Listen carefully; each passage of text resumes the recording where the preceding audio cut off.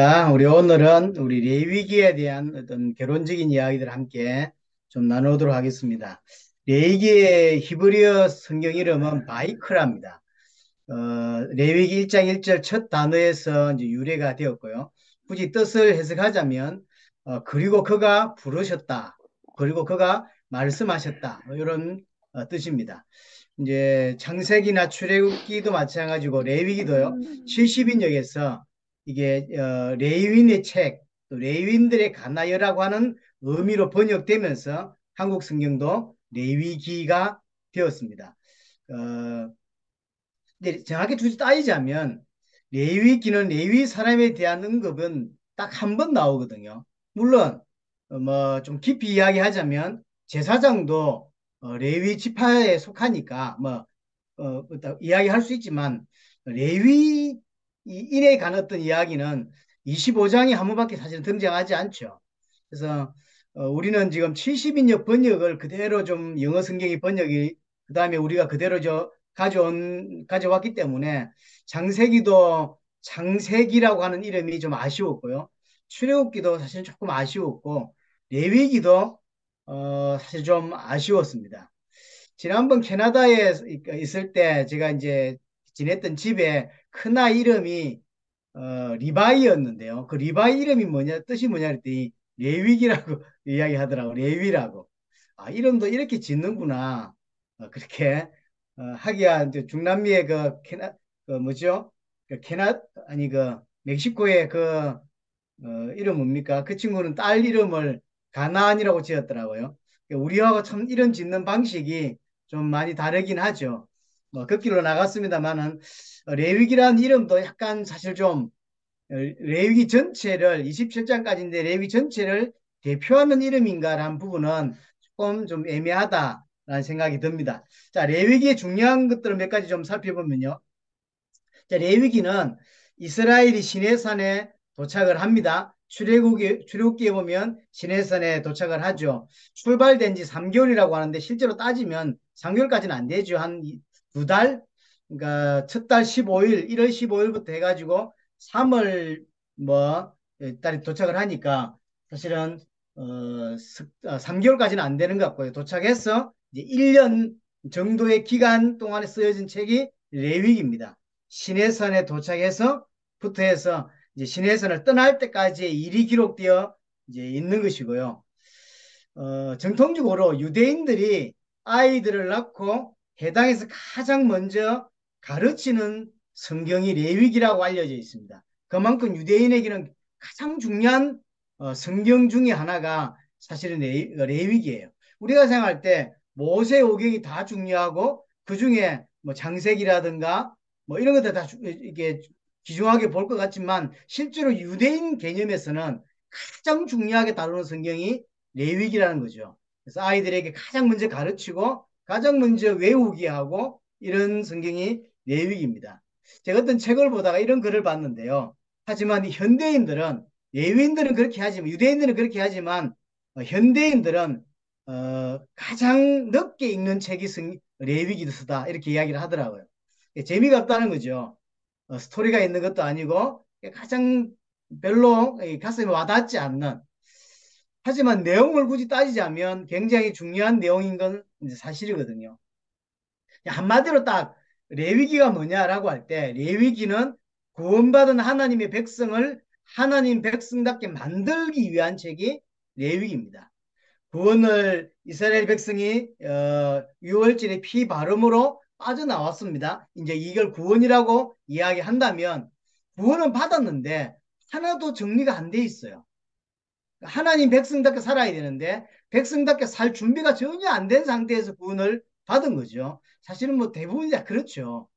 어, 모태 신앙으로 태어나가지고 오랫동안 교회 생활 경험하는 중에 구원받지 못한 아이가 나중에 구원받는 상태라고 했다면 여러 가지 스템을 알겠지만 지금 이스라엘은 430년 동안 노예로 있다가 얼떨결에 어떤 면에서 얼떨결에 구원을 받고 나온 거죠. 그러니까 준비가 너무 안 돼 있는 거죠. 그래서 하나님을 어떻게 예배해야 되는지 전혀 몰라요. 하나님도 잘 아직 모릅니다. 그래서 하나님을 근본적으로 가르치고 그들에게 예배에 대해서 이해를 돕게 하기 위한 책, 그게 이제 레위기라고 볼 수 있는 것이고요. 또 그 하나님 백성으로 이 땅에서 살아간다는 것이 무엇인지를 가르쳐 주는 책이 레위기입니다. 그래서 첫째로 굳이 따지자면 예배에 대한 부분이 참 많이 나오고요. 두 번째로 그럼 이 땅이라고 하는 구원받았는데 구원받은 나를 막바로 천국으로 데려가는 것이 아니라 강야로 데려나가서 뭔가를 자꾸 느끼게 하고 배우게 만들죠. 이게 신앙생활이거든요. 구원받으면 막바로 천국으로 데려갈 줄 알았더니 그게 아닌 거죠. 우리는 반드시 강야를 거치게 하는 거죠. 왜 그걸 거쳐야 하냐라는 것을 가르쳐 주는 게 이제 레위기서라고 볼 수 있습니다. 사실은 너무 많이 준비 안 돼 있습니다. 여전히 구원받았다고는 하지만 여전히 애굽의 생각, 애굽의 사상, 또 애굽에 갖고 여러 가지 문화들을 그대로 가지고 있죠. 그것들을 다 뽑아내야 됩니다. 쉽게 말하면 가나안에 들어가서 살 수 있는 자로 만들어야 돼요.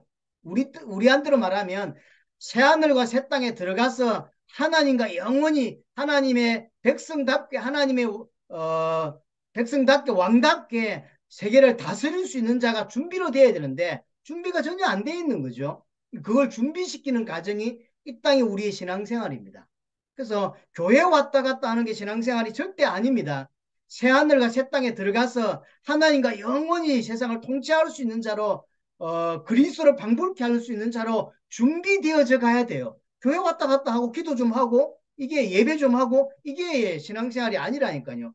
강야 생활에서 그걸 배워야 돼요.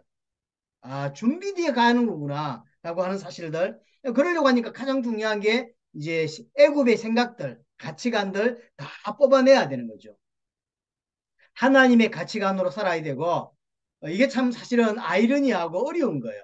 천국에서 하나님께 순종하며 살게 한다. 그건 당연한 거겠죠. 근데 이 땅에서 육신을 가진 우리가 육신을 위해서 밥을 먹고 이렇게 살 수밖에 없는 우리에게 이 땅이 아니라 하나님께만 순종하고 육신을 위해 살지 않고 자기를 부인하며 살라고 하거든요. 이게 굉장히 어려운 거죠. 근데 그걸 훈련하는 장소가 어디냐면 강야인 거예요.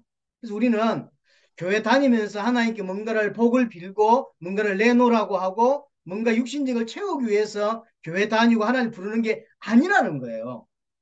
이 땅에 살지만 철저하게 하늘나라의 갈차로 준비되어져 가는 거죠. 그러면 그게 뭐죠? 하나님께만 순종하는 거죠. 육신을 위해 살면서 육신을 위해 살지 않는 자로. 그래서 이 땅에 소망을 두지 않고 하늘에 소망을 둘 수 있는 자를 훈련시키는 데가 강야인 것이고 지금 저와 여러분들의 신앙생활인 거예요. 그게 육신을 가지고 있다 보니까 밥을 먹고 살아야 되다 보니까 사실 그게 어려운 거예요. 하지만 계속 말씀을 듣고 이 땅에서 강야 같은 세상 속에서 신앙 속에서 계속 자기를 부인하고 육신의 돈을 벌면서 이것이 육신을 위해 살기 위한 것이 아니다라는 것을 계속 이렇게 만들어야 하는 거죠. 그게 신앙생활이에요.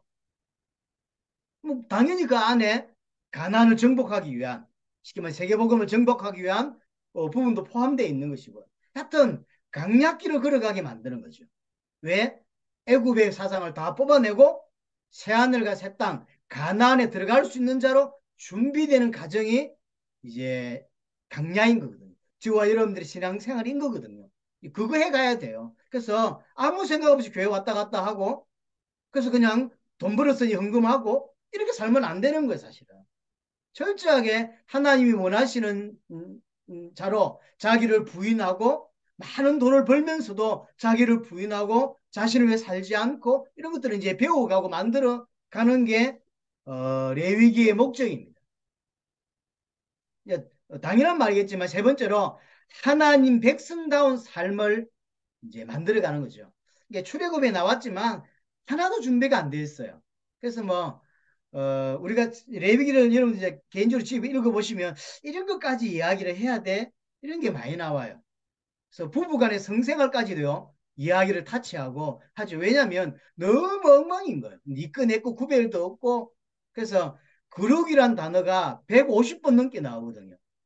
하나의 백성이 가져가야 될 삶의 어떤 모습이 거룩이라고 하는 거죠.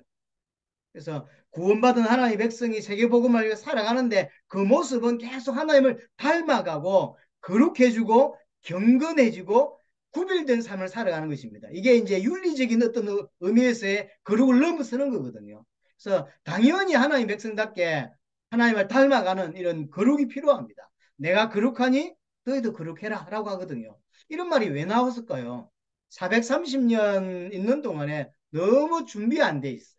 그러다 보니 니꺼 내꺼에 대한 구별도 없고 뭐 공동체 안에서 질서를 유지되어야 되는 이런 것에 대한 개념도 없고 하나님을 어떻게 예배해야 되는지 개념도 없고 이웃 간에 어떻게 해야 되는지 개념도 없고 부부 간에 어떻게 해야 되는지 개념도 없고 아무것도 없는 거죠. 그래서 그걸 하나씩 하나씩 이렇게 짚어주면서 만들어가는 과정인 거죠.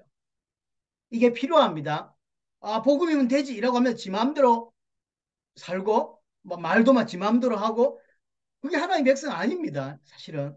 굉장히 조심해야 돼. 뭐 다 끝났어 라고 하면서 지 마음대로 살고 다 끝났어 라고 하면서 함부로 말하고 뭐 욕하고 강단에서도 어떤 목사님은 얼마나 욕을 하는지 나는 구원을 받았는가 이런 생각이 나 사실 들거든요. 그게 멋있고 그게 대단한 게 아니에요. 그게 틀린 거예요. 하나님 백성을 살아가면서 하나님을 알면 알수록 아, 내가 정말로 아무것도 아니구나. 아무것도 아닌 내가 구원을 받았구나. 깨달아지면 계속 엎드려지고 계속 겸손해지고 계속 내 같은 놈이 이런 구원을 받았어라고 하는 감격 속으로 계속 더 들어가고 그래서 하나님을 더 닮아가고 거룩해지고 구별되어지고 아 내가 저렇게 옛날에 살았었지 아 내가 저 정신이 없었지 내가 어찌 저렇게 살았을까 이 불신자의 옛날에 자신의 모습을 볼 때 이런 게 사실은 당연한 거예요. 근데 복음을 좀 들었고 복음 있는 교회를 다닌다고 하는 사람들의 모습 보면 굉장한 방종적으로 계속 하거든요. 굉장히 위험한 겁니다. 그럼 복음을 이해 못한 거예요. 복음을 이해하면 그런 쪽으로 갈 수가 없는 거예요. 그래서 이스라엘 백성들이 강야로 끌고 데리고 나와서 처음 가르치고 하는 것들이 레위기 있습니다. 사실 이게 중요한 부분이죠. 그래서 모세오경 중에서 하나님의 말씀이 직접적인 말씀이 가장 많이 선포되어 있고 기록되어 있는 게 레위기입니다. 보통은 모세가 이야기를 하거나 어떤 그렇게 이야기되잖아요. 하지만 레위기에서는 하나님이 직접 말씀하신 내용들, 그 직접 그대로 인용해서 기록했는 가장 많은 성경이 이제 레위기라고 하는 거죠. 그런 의미에서 참 레위기는 중요하다 생각이 들어지고요. 뭐 안 중요한 성경이 어디 있겠습니까? 출애굽기도 사실 중요하고요. 레위기서도 딱딱하지만 유대인들이 왜 아이들을 태어나면 가장 먼저 가르치는 게 레위기인지 좀 돌아볼 필요는 있다고 생각하고요. 현대 기독교인은 가장 안 읽는 성경이 왜 레위기인지 한번 돌아볼 필요도 있다고 생각이 들어집니다. 자, 다음으로 레위기서의 가장 중요한 것들 중심 주제가 뭐냐라고 하면 역시 그건 예배입니다. 레위기에서 가장 먼저 다루고 가장 중점적으로 다루는 게 사실은 예배죠. 그래서 레위기서의 중심 주제가 예배입니다. 예배를 어떻게 드려야 하냐라고 하는 게 레위기서의 주제인 거죠. 출애굽기의 어떤 중요한 주제 중에 하나가 하나님이 너희를 3일길쯤 데리고 나가서 예배하라고 한다라고 하는 게 주제라고 한다면 뭐 그것만의 주제는 아닙니다. 그렇게 이야기한다면 레위기서는 그럼 어떻게 예배해야 돼? 라고 하는 게 레위기서의 중요한 어떤 핵심 구절인 거죠. 그래서 이제 좀 이게 구조를 보면요. 1장 레위기서 1장부터 해서 7장까지가 예배에 관한 거예요. 제물에 관한 거. 그래서 1장부터 5장까지는 그 유명한 5가지 제사, 이게 번제, 소제, 하목제, 속제제, 속건제에 대한 이야기가 나오고 6장, 7장은 그것을 드리는 인도하는 제사를 인도하는 제사장의 어떤 역할에 대한 이야기고 이제 두 번째로 8장부터 10장까지는 앞에도 제사장에 대한 이야기 나왔지만 아예 따로 떼내서 8장부터 10장까지 제사장에 관한 제사장의 임직과 그 제사장이 세워지면서 이제 성막도 만들어졌죠. 그러니까 성막 예배가 지금으로 말하면 성전 예배가 이제 시작되게 된 거죠. 이런 이야기가 그래서 1장부터 10장까지를 굳이 크게 꾸지 따지자면 그냥 예배와 제사장에 관한 거죠. 예배와 제사장은 뗄 수가 없는 거니까요. 그래서 아주 중요한 것을 다루고 있고요. 세 번째로 구원받은 하나님의 백성의 정결한 삶에 대한 이야기. 그래서 구별되게 자꾸 이야기합니다. 세상 안으로 들어가서 구별된 삶을 살게 만들어요. 그게 참 중요한 거죠. 그래서 정결한 게 뭐고 부정한 게 뭔가 요약이라고 하는 11장부터 15장 요약이라는 다음 파트에 조금 다시 좀 설명을 하겠습니다. 그래서 어떤 음식을 먹는데도요. 하나님이 구별시켜요. 아무거나 먹지 않도록. 그래서 먹어야 될 음식, 먹지 말아야 될 음식, 부정한 음식, 정한 음식. 돼지는 부정하고 양이나 염소나 또 이런 소 이런 것들은 또 정하고 이렇게 구별시켜 주죠. 그래서 아무거나 먹고 아무거나 마음대로 먹도록 그렇게 하지 않아요. 구별되게 만들어요. 삶도 마찬가지고요. 또 여자가 이렇게 아이를 낳았을 때 어떻게 해야 되고 피부병에 걸렸을 때 어떻게 해야 되고 뭐 이런 것들을 구체적으로 뭐가 정한 것이고 뭐가 부정한 것인가를 이야기를 해주시죠. 또 16장은 가장 가운데 위치한 장인데 속죄일에 대한 이야기 굉장히 중요하게 다루고 있고요. 17장부터 26장까지는 성결법전이라 그래가지고 17장을 또 따로 예배를 어떻게 드려야 되냐에 대한 거룩한 예배에 대한 이야기를 18장부터 20장은 가족 간의 성결 가족이라고 뭐 사랑해서 가족이 만들어졌고 아이가 출생하고 이 가족이 했지만 그게 함부로 대하고 함부로 하면 안 된다는 거예요. 그러니까 가족 간의 어떤 규칙들 그래서 가족 간의 식생활 가족 안에서의 성생활 가족 안에서의 윤리 가족 안에서의 예배 가족 간에 어떻게 해야 되는지 이런 것들을 17장 18장 19장 20장 20장까지 해서 또 가족이 소유해야 될 땅에 대한 이야기까지 이렇게까지 이야기해야 될까요? 근데 레위기 이야기해요. 우리가 이 땅에 살아가면서 취득할 수 있는 땅에 대한 부분까지 이야기를 하고요. 21장부터 25장까지는 공동체 안에서의 규례들을 또 정해줍니다. 질서가 있어야 될 거 아닙니까? 뭐 이런 제가 이게 무슨 이야기를 하다 보니까 이게 뭔 이야기인지 잘 모를 수 있는데 레위기 안에 이런 이야기가 있다는 거예요. 그냥 그렇게만 이해하시면 좋을 것 같습니다. 그래서 21장부터 25장까지는 공동체 안에 어떤 규례들 그래서 제사장을 세울 때 어떻게 하고 또 하나님께 제물을 드릴 때 어떻게 하고 결혼식을 할 때 어떻게 하고 장례식을 할 때 어떻게 하고 또 우리가 지켜야 될 절기를 이렇게 여러 가지를 구체적으로 말해주면서 이런 절기 이렇게 지키고 저런 절기 저렇게 지키고 이렇게 우리는요, 절기를 그냥 아무 때나 지키잖아요. 어떤 사람들은 주일날 가면서, 오늘 부활절이었어? 모르고 간다고. 근데 굉장히 중요하게 다뤄요. 그렇죠? 물론 이제 목사로서 가끔씩, 회개할 때가 있는데요. 다음 주가 절기였구나. 맥주절이구나. 사실은 맥주를 다 됐죠. 7월 첫 주가 맥주 감사주일인데 가끔씩 그걸 까먹을 때가 있어요. 그래서 설교 준비도 땅 쓰고 하다가 며칠 남아놓고 맥주 감사주일이었네 이래가지고 광고도 안 나가고 그럴 때가 제가 있어요. 그래서 내가 좋은 목사는 아니구나 이런 생각을 하는데 사실은 그런 것들을 이제 레위기에서 굉장히 중요하게 다뤄요. 뭐 우리는 복음이면 되지 뭐. 그래서 뭐 맥주 감사주일도 그냥 복음, 뭐 부활주일도 복음, 뭐 그렇습니다. 하지만 레위기에서는 굉장히 중요하게 다루고 있다고 하는 사실. 왜 그럴까요? 이제 아무것도 준비 안 된 상태에서 이런 것들을 만들어가는 거예요. 하나님 백성다운 삶, 하나님 백성다운 그 인생을 살아가게 만드는 것들을 이렇게 준비시키는 거죠. 사실은 뭐 그냥 대충 봐야 될 내용은 아니라고 생각이 들어지고요. 27장 마지막 절은 서원에 가는 거. 사람에 대한 서원, 짐승에 대한 서원, 집에 대한 서원, 이런 서원에 가는 거. 마지막은 11조까지. 이렇게 해서 이제 레위기가 이제 이렇게 형성이 되어 있습니다. 이제 읽으면서 또는 책들을 참고하시면서 레위기가 이렇게 편성되어 있구나. 구조가 이렇게 짜져 있구나. 이렇게 보시면 좋을 것 같고요. 그 중에서 이제 몇 가지 이슈들만 좀 다루고 이제 마무리를 해보게 하겠습니다. 자, 첫 번째 중요한 이슈가 되는 게 뭐냐면 정결한 것과 부정한 것에 대한 어떤 차이, 기준이 뭐냐는 거예요. 하나님이 요거는 정결해, 요거는 부정해 이렇게 말씀하셨는데 예를 들어서 독술이라든가 도마뱀, 누룩 이런 건 부정하다라고 말하고요. 정결한 짐승은 메뚜기, 염소. 메뚜기가 정결한 짐승이구나 이렇게 생각되잖아요. 메뚜기가 왜 정결하지? 부정하다는 이야기가 132회가 나오고 정결하다는 이야기가 74회가 나와요. 생각보다 많이 나와요. 그래서 하나님이 요거는 부정한 거, 요거는 정결한 거, 이거는 먹을 수 있는 거, 이거는 먹을 수 없는 거 이렇게 나누어 줘요. 그러면 그게 기준이 뭐냐는 거죠. 예를 들어서 돼지 부정하거든. 지는 의미가 없는 물고기 이런 거 부정하고요. 정한 것은 굽이 갈라진 동물, 소라든가 양이라든가 또 대세김질하고 또 물고기 중에서는 지느러미와 비늘이 있는 물고기 여기 갖추어져야 돼요. 지느러미가 있고 비늘이 있어야 돼요. 요게 정한 거. 요거는 이제 먹을 수 있는 거죠. 자, 그러면 기준이 뭐냐는 거죠. 이거 신학자들이 성경 생기고 지금까지 엄청난 노력과 엄청난 시간과 엄청난 것들을 투자했는데 잘 모르겠어요.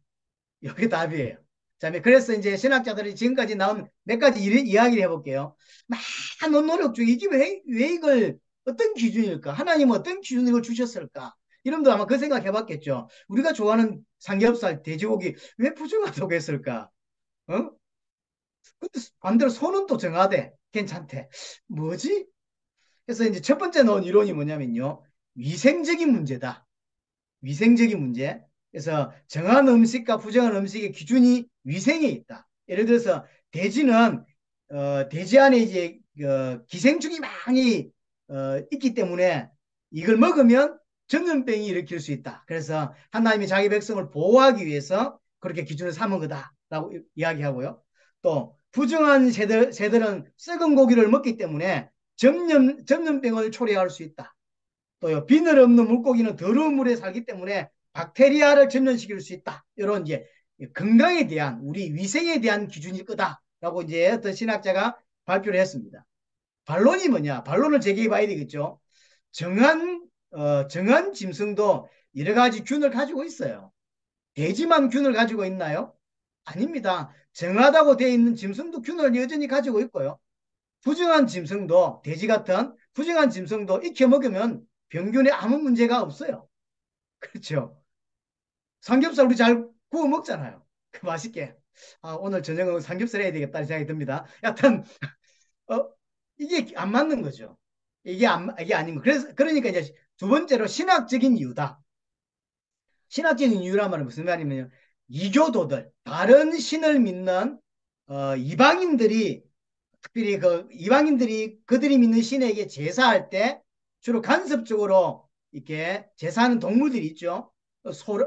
돼지라든가 이런 거. 그래서 하나님은 똑같이 하면 안 되니까 분리시킨 거다. 그래서 이방 종교에서 돼지고기를 많이 바친다. 그래서 못하게 한 거다라고 이야기를 하는 거죠. 특별히 가나안 종교 안에 돼지를 제물로 드리는 것들이 많이 사실 있었습니다. 자, 반론을 제기하자면 그럼 송아지는 이방 종교에서 사용하지 않았나요? 소는 이방 종교에서 제물로 안 썼냐는 거예요. 썼어요. 많이 썼습니다. 유대인만 소를 제물로 드리는 일이 있었던 게 아니에요. 이것도 말이 안 되는 거죠. 그렇죠? 그래서 왜 부정한지 왜 정한지 답이 없죠. 세 번째 나오는 게 상징적인 이유다. 그래서 실제로 이게 정하고 이게 부정해서가 아니라 상징적으로 탁 하나님 갈라놓으면 우리에게 예를 들어서 영적인 교훈을 준다. 예를 들어서 대책임지라는 하나님 백성은 하나님 말씀을 대책임지를 하면서 해야 되지 않냐. 이런 걸 가르쳐 주기 위해서 짐승 중에서는 대책임지를 하는 짐승을 한 거다라고 이야기를 한 거죠. 또 돼지 같은 경우는 왜 부정하냐라고 할 때 깨끗하게 만들어 놨는데도 자기 배설물에 눕고 이렇게 산단 말이에요. 그리고 하나님의 백성은 거룩한 삶, 구별된 삶을 살아야 되는데 안 맞다. 그래서 하나님이 그렇게 이제 이렇게 정한 거다. 그래서 돼지는 부정한 거고 소는 정한 음식으로 이렇게 말한 거다라고 하는데 반론을 제기하자면 너무 억지죠. 말이 사실 안 되죠. 억지죠. 제가 TV에서 봤는데 돼지를 방 안에 같이 자는 걸 내가 본 적이 있거든요. 돼지를 타고 다니고 돼지를 방 안에서 키우더라고요. 같이 자고. 돼지를 엄청 깨끗하게 하니까 돼지도 빛이 나긴 하더라고요. 털이 좀 뻗세긴 하지만 이게 말이 안 맞는 거예요. 그러니까 오랫동안 신학자들이 연구하고 연구했지만 잘 답이 정확한 이거다라는 답이 잘 안 나와요. 네 번째 나온 게 뭐냐면요. 윤리적인 해석입니다. 성경은 피를 먹는 걸 금하고 있는데 그 이유는 생명을 함부로 죽이면 안 된다고 하는 윤리적인 교훈을 주기 위한 거다라고 이제 신학자가 주장을 했는데 이것도 굳이 반론을 제기하자면 아니 하나님 백성이 하나님께 제사할 때 매일 피제사 했는데 매일 짐승 잡았잖아요. 이게 안 맞는 거죠. 억지죠. 그러니까 이제 한 개 더 놓은 게 뭐냐면요. 생김새 이론이라는 게 나왔어요. 이게 뭐냐면 정한 음식, 부정한 것과 정한 걸 딱 보면 생긴 게 부정하게 생겼다는 거예요. 돼지, 부정하게 생겼대. 소, 정하게 생겼대. 여러분 어떻게 생각합니까? 실제 그렇나요? 억지예요, 억지. 그래서 이게 뭔가를 이제 신학자들은 뭔가를 이렇게 딱 답을 정해야 되겠는데, 답을 만들어야 되겠는데, 이렇게도 연구해보고 저렇게도 수천 년 동안 연구했는데 답이 잘 안 나와요. 그런 게 많이 있습니다. 근데 지금도 사실 개인적으로 저는 모르겠어요. 그냥 하나님이 이렇게 정하셨어요. 이거는 부정한 거, 이건 정한 거. 이렇게 정했다고 하는 거죠. 하나님이 임의로 정했다고 하는 답 외에는, 물론 신학교 중에서는 제가 말했더니 다섯 가지 중에 한두 가지를 취하고 그걸 주장하는 신학자들, 또 그렇게 설교하는 목사님들이 분명히 있습니다. 지금도 제가 알기로. 하지만 제가 개인적으로 볼 때 이는 약간의 억지다라고 생각이 들어지고요. 아직까지는 잘 모르겠습니다. 예, 너무 궁금하신 분들은 새하늘과 새 땅에 가셔서 물어보는 수밖에는 없는 것 같습니다. 자, 또 하나 이제 중요한 이슈가 뭐냐면 거룩한 생활이라고. 특별히 레위는 굉장히 거룩이라는 단어를 많이 쓴다 그랬죠. 150차례 이상 사용되고 있는데요. 그래서 레위기는 아까도 말씀드렸더니 하나님 백성다운 삶을 만들기 위해서 레위기를 주셨고요. 강야라고 하는 시간을 주신 거예요. 저와 여러분들이 지금 하고 있는 신앙생활은 지금 강야거든요. 굉장히 중요하게 쓰셔야 돼요. 그래서 강약길 가면서 여전히 믿음을 회복하지 못한 자가 있고요. 그 속에서도 하나님 역사를 보고 하나님을 인정하고 하나님을 믿는 자도 생깁니다. 두 종류가 나올 수밖에 없습니다. 그래서 지금 여러분들이 걸어가고 있는 이 강야의 신앙생활을 허투루 그냥 시간 낭비하지 마시기를 바랍니다. 굉장히 중요해요. 하나님이 나를 하나님 백성다운 삶을 만들어가는 과정을 반드시 거치게 하는데 그게 지금의 우리의 신앙생활의 형태입니다. 그게 강야라고 하는 거거든요. 그래서 반드시 하나님 백성다운 그러면 잘하면 새하늘과 새 땅에 갈 수 있는 사람이 만들어지냐면 완벽하게 안 돼요. 하나님이 그냥 인정해 주는 거죠.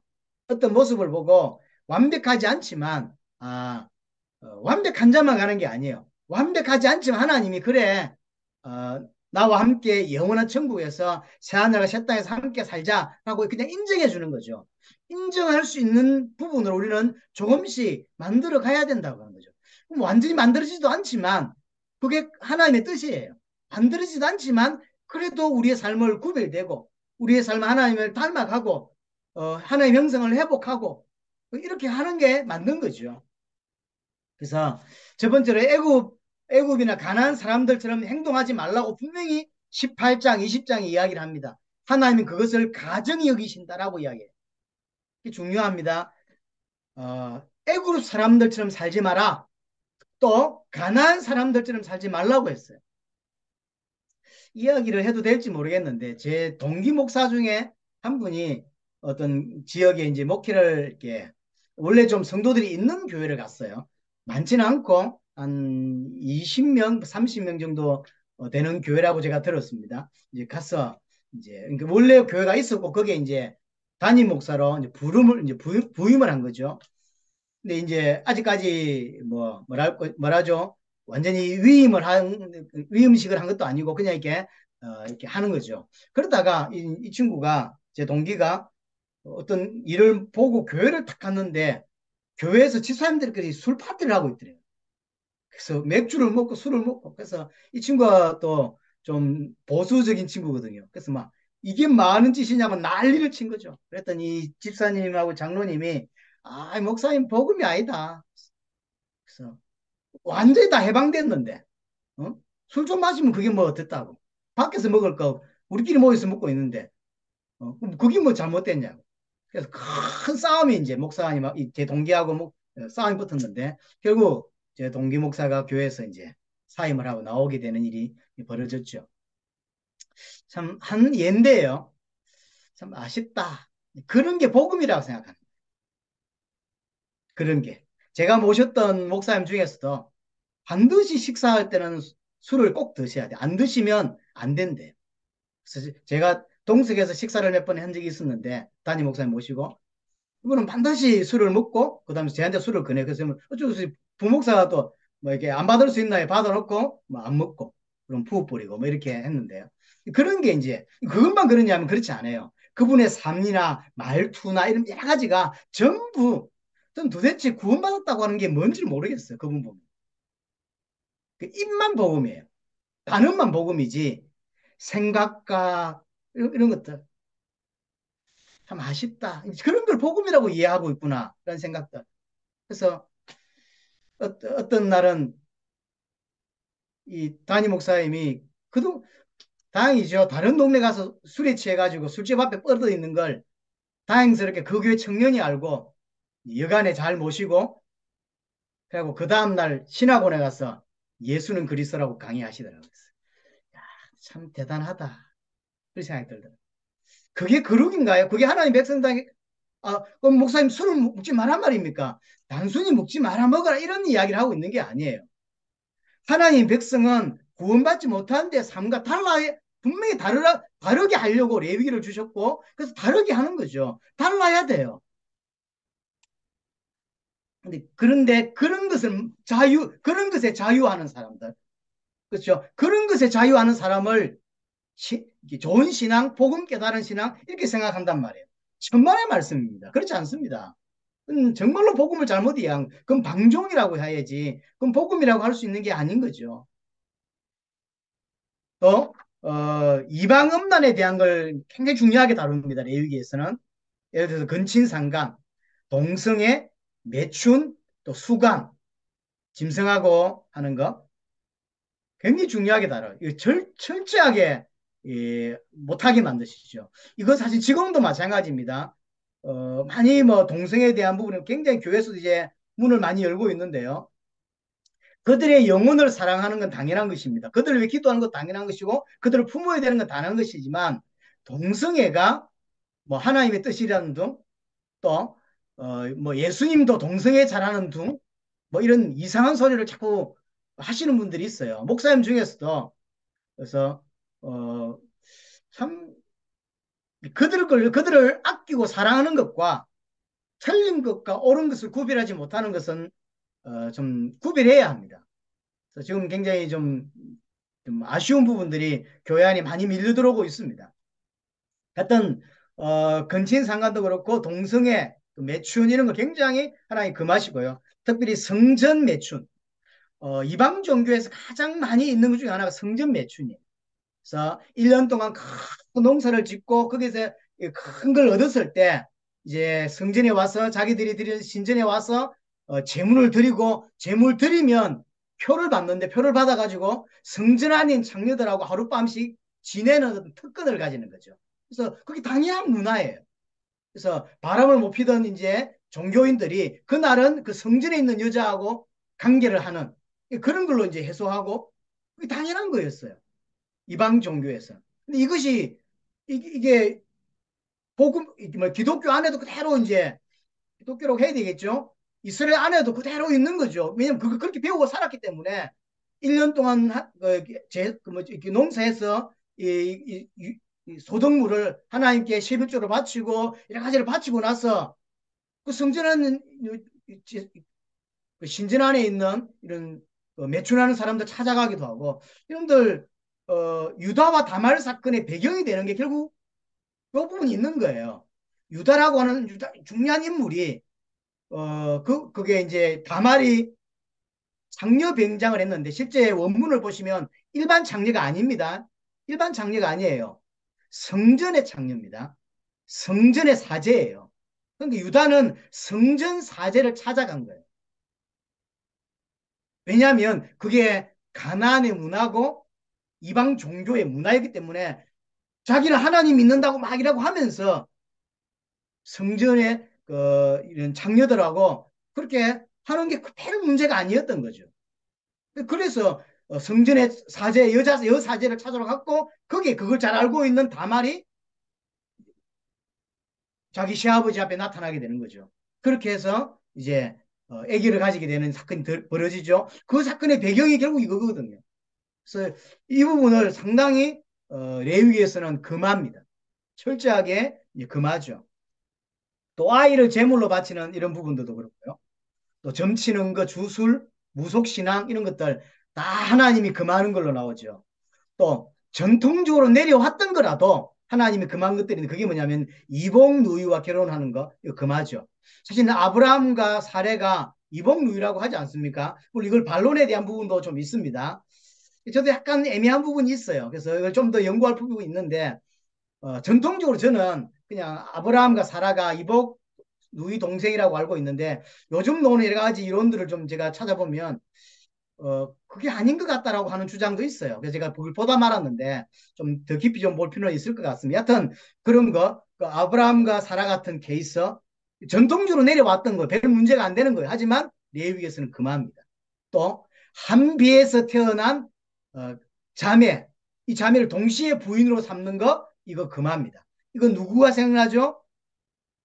그 야곱, 예, 같은 이렇게 자매하고 결혼했죠. 이거 전통적으로 왔던 거예요. 하지만 하나님은 금합니다. 창세기 때는 괜찮았던 거지만 레위기스를 통과하면서 하면 안 되는 그게 되는 거죠. 또 이제 이웃 사랑에 대한 부분도 마찬가지고요. 가난한 사람을 위해서 이삭을 다 베지 말고 이삭을 남겨두게 하고 또 이런 감이라든가 어떤 이런 것들이 있을 때 다 따지 말고 한두 개 남겨두게 하고 또 그 안식년이라든가 휴경이라든가 이런 걸 통해서 땅을 좀 남겨서 가난한 자들이 그걸 챙겨가게 하고 물론 이제 안식년이라든지 휴경을 통해서 땅이 좀 쉬게 하는 거죠. 그것도 효과도 있지만 가난한 사람들을 위한 것도 있는 거죠. 그래서 교회가 가난한 사람들 돌본다든가 이런 부분들 개인적으로 이런 부분들도 이제 이웃 사랑에 대한 부분들도 필요로 한 거예요. 사실은 그들에게 기도하고 그들이 구원받을 수 있도록 돕고 뭐가 가장 그들을 돕는 일인지 좀 고민하고 이런 것들이 사실은 필요로 한 거죠. 또 영적인 삶을 위한 부분들도. 그래서 안식을 지키고 절기를 지키고 이런 것들 전부 다 성애로 모이라고 하죠. 이런 것들 다. 그래서 다 설명할 수 없지만 하나님이 구체적으로 중요한 것들을 많이 이야기하시고요. 또 하나가 하나님의 임재에 대한 이야기입니다. 이제 성막이 만들어졌죠. 그래서 출애굽기 마지막 부분에 이제 성막이 완성이 되었고 하나님의 영광이 그게 임하게 되고 하나님 그곳에 오시게 되는 일이 벌어지게 되었죠. 이 말은 어떤 의미냐면 이스라엘 백성과 하나님이 함께 살기 시작했다라고 하는 거예요. 하나님과 동행하고 하나님과 함께 살고 함께 있게 되었다라는 것을 보여주는 것이죠. 그래서 하나님이 예배 중에 임하시고 또 공동체 안에 각 개인의 삶 가운데 하나님이 임하시는 하나님이 함께 하시는 하나님과 동행하시는 일이 벌어지게 되는 거죠. 그래서 그걸 어떻게 해야 되는지에 대한 이야기가 중요한 이슈로 나오는 것이죠. 하나님의 임재 또 거룩한 생활 특별히 거룩한 예배 이런 것들이 중요하게 다루고 있는 레위기에서 중요하게 다루고 있는 부분들입니다. 그 외에도 많이 있지만 레위기에서 다루고 있는 부분들이 주로 이런 부분들이고요. 좀 레위기를 시간이 좀 많이 들여도 좀 이제 적용을 잘해서 좀 많이 이렇게 뭐랄까요 배울 필요가 사실은 있습니다. 제 개인적으로도 레위기를 자세히 설교해 본 적이 없는 것 같아요. 제 개인적으로 레위기를 한 두 번 설교해 본 적이 있는데요. 이제 요약식으로 설교를 했지 한 장 한 장 아주 세밀하게 설교한 적이 없죠. 꽤 시간이 많이 걸리거든요. 사실은 이게 다 하려고 하면. 그래서 제가 지금 출애굽기를 설교하고 있는데 다음에 출 끝나면 레위기를 좀 자세하게 설교할까라는 고민들 이번에 레위를 좀 준비하면서도 그 생각이 좀 들긴 했습니다. 여하튼 여러분들이 레위기서를 좀 무시하지 말고 굉장히 중요하게 좀 읽고 또 배울 필요가 있습니다. 레위기를 자세히 좀 배울 필요는 있다 생각이 들어집니다. 자, 다음 주가 마지막인데요. 다음 주 마지막 민수기와 신명기를 좀 필요한 이야기만 좀 하도록 하겠습니다.